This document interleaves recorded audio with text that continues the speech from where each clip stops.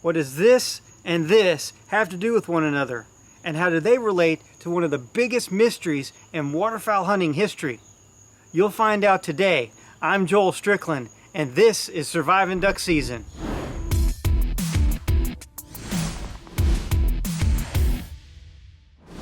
Thanks for watching Surviving Duck Season, where we feed your waterfowl obsession and help you maximize your experience. Now, today's video is a little longer than normal, presented in a little different manner.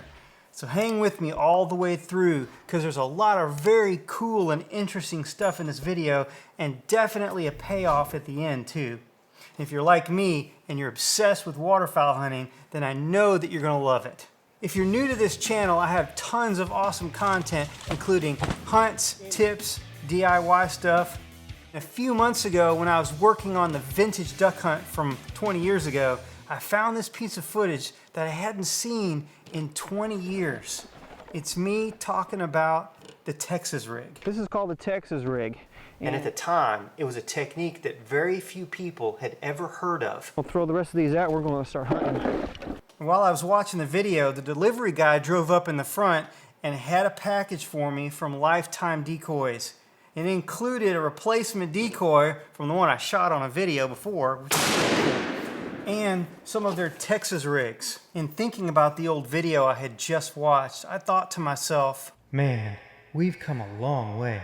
And then I wondered, who actually came up with the idea of the Texas rig anyway? The great thing about the internet is you can find just about anything that you want. There's tons of info about decoys, duck calls, and did you know that waders were developed in the 1850s? True story. So what about the history of Texas rigs?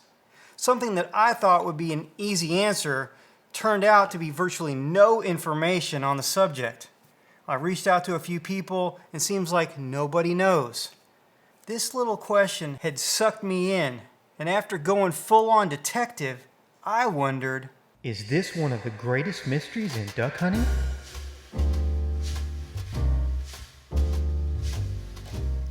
It was a normal summer evening.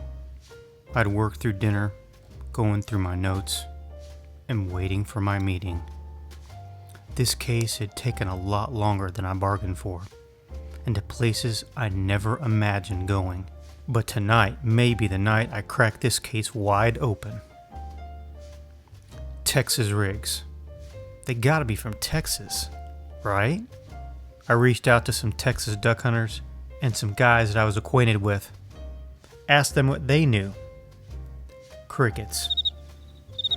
I don't know if they were trying to protect a secret or they just don't know. Seems fishy to me, which made me consider perhaps they have the name because of the sliding weight like the Texas rigs for fishing. Carolina rigs have a sliding weight too. Still waiting. The hour crawled by like a sick cockroach. I poured myself another drink. Over the past several weeks, I've made countless phone calls, written many letters to major manufacturers of today's modern version of the Texas rig, asking where do they come from, who invented them. Unfortunately, I either got no response or the company rep just didn't know. It was interesting to find out some companies don't even call them Texas rigs. Slip rigs, easy rigs, a whole host of other names. Things just weren't adding up. Were they attempting to rewrite history? Or were they never from Texas in the first place? When consulting the Book of Faces, I came across a guy who had the reputation of connecting dots. From what I've heard, his methods are a bit unorthodox, and the company he keeps, a little shady. He's a real wise guy and goes by the name of Bobby. When he wanted to meet me in a back alley, I was suspicious. Reluctantly, I agreed to the meeting.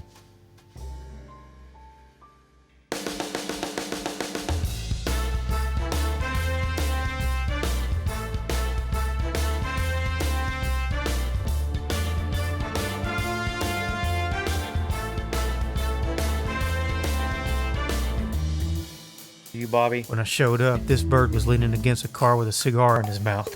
Still uncut, still unlit. So what do you know about Texas rigs? Texas rigs? I know about Texas rigs. No problem. Slick. Yeah, he was slick. Slick as a double bacon cheeseburger hold the onions, and twice as greasy. The stoolie then began to tell me what I hope to be a fascinating story of intrigue and deception.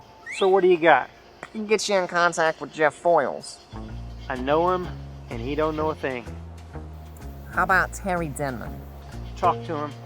Bill Cooksey? Names? Bobby had names. He was dropping them faster than people who knew too much about the Clintons.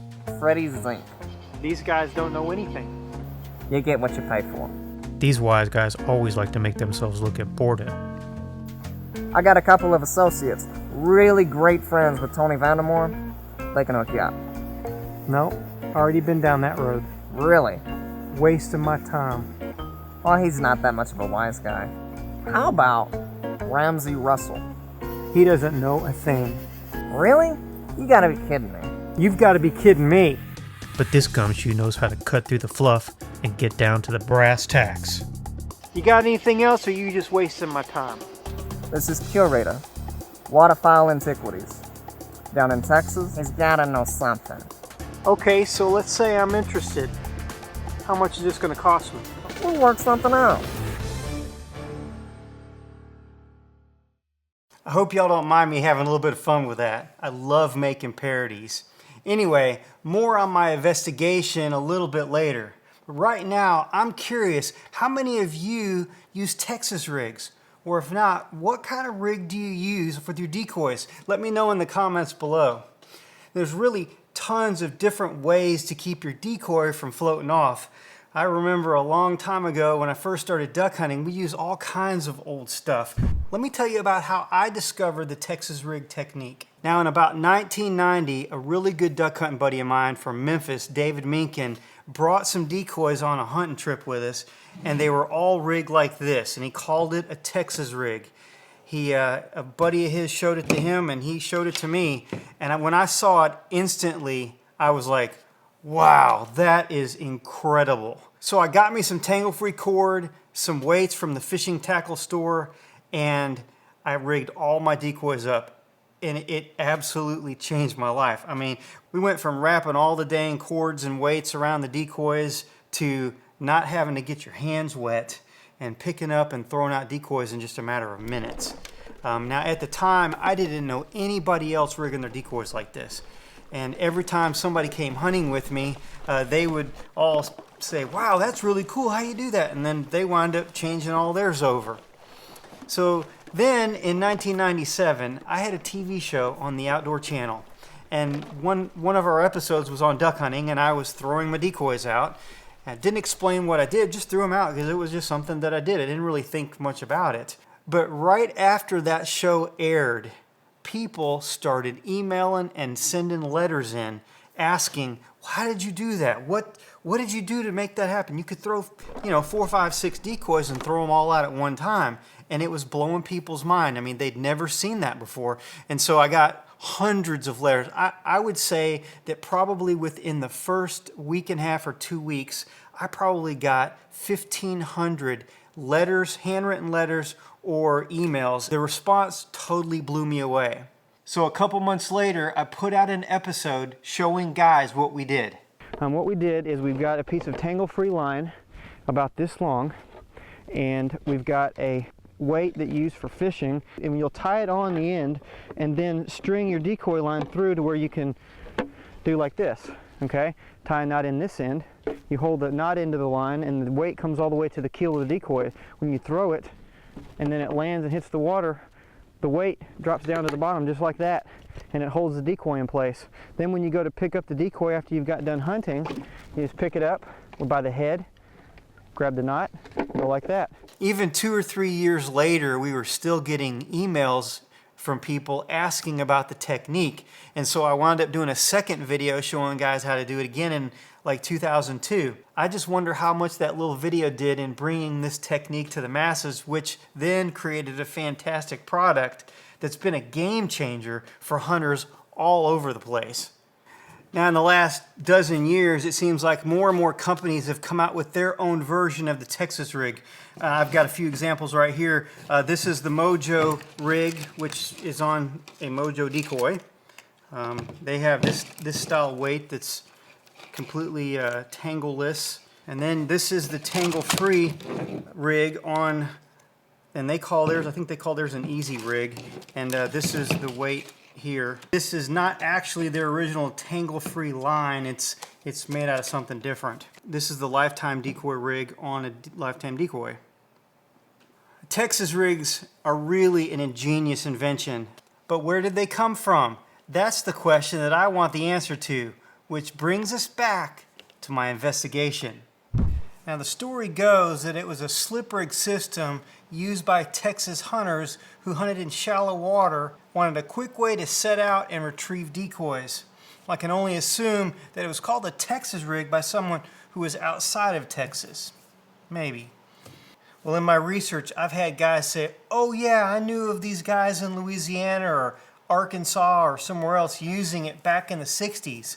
But nothing solid, no names, just hearsay, if you will. Well, I reached out to JJ at Lifetime Decoys.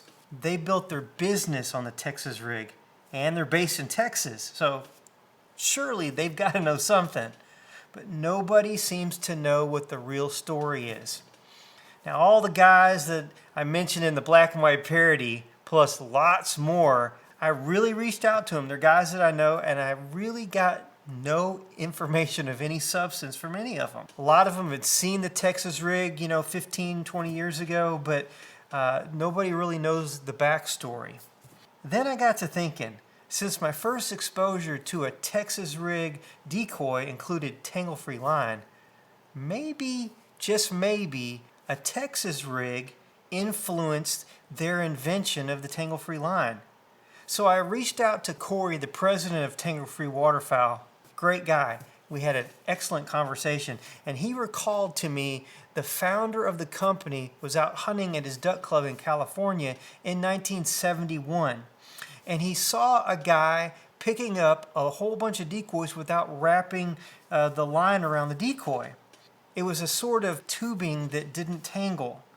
Well, the very next year, Tangle-Free Waterfowl was born with their iconic tangle-free line and tangleless weights. Unfortunately for me, the Texas rig technique was no influence whatsoever for tangle-free, so the investigation goes on. Corey did suggest, though, that I look at patents for the Texas rig, so I did. I spent hours going through the U.S. Patent and Trademarks website searching all kinds of things related to the Texas rig and that sort of thing. And to the best of my ability, the earliest record that I can find was in 2006 by Matthew Cagle of Rig 'em Right. Nothing that I can find was any further back. Now, I've been researching this video for like 3 months. And in all the phone calls, emails, and other investigation that I've done, I've got no concrete evidence of any use of the Texas rig before about 1970, until I saw a post on Facebook. Now, incidentally, I had reached out to my friend Ian McNair, who is a decoy carver and also one of the owners of High and Dry Waders. I thought surely he would run in the circles of people who would be interested in waterfowl history and knowing decoys and that sort of thing. Maybe he would know somebody. And both of our research brought us to the same guy. His name is Rob Sawyer. Now, Rob is the guy that I was just talking about who had the Facebook post. He's written a few books on waterfowl history in Texas, and his latest book is Images of the Hunt, A History of Texas Waterfowling. Well, when I saw the post on Facebook, I was very excited and very hopeful that he would know something. So I called Rob, we had a great talk, and he told me about this decoy that had been given to him as a gift from a gentleman by the name of Rick Pratt.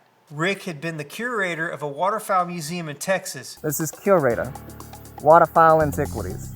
Rob shot some footage of it for me and sent it to me. This is it right here. This system from the 1960s is composed of a copper ring that was used to hold the decoy, of course the line, and then a copper rod the length of the decoy with holes in it to let the water drain out. And it worked very much the way today's modern decoy rigging system works, where the weight is let out when the decoy's in the water. Grab the ring, pull it in. Don't wrap the decoys, just hoist them all up as a group, throw them out, put them in a bag. So this is a wonderful system. We're lucky that we still have a few examples that are preserved today. Well, that's super cool. Definitely an early slip rig from the 1960s and the precursor of what we have today as a Texas rig. Now here's one thing though that I still wonder about. He says that he didn't think anybody ever saw him do it. He didn't feel like he ever influenced anybody. So if that's true, there are still other people out there who figured this technique out as well and began using it either in the 60s or maybe even before. So I need your help. Do you know anybody who used a Texas rig prior to 1970? If you do, please leave a comment below. I would greatly appreciate it. Now hopefully somebody knows. If not, perhaps it will be considered a mystery of the ages. If you want to see a great tip on decoys, check out this video right here. Or here's another video right here that YouTube thinks you're going to love. I'm Joel Strickland. God bless, and I'll see you on the next video.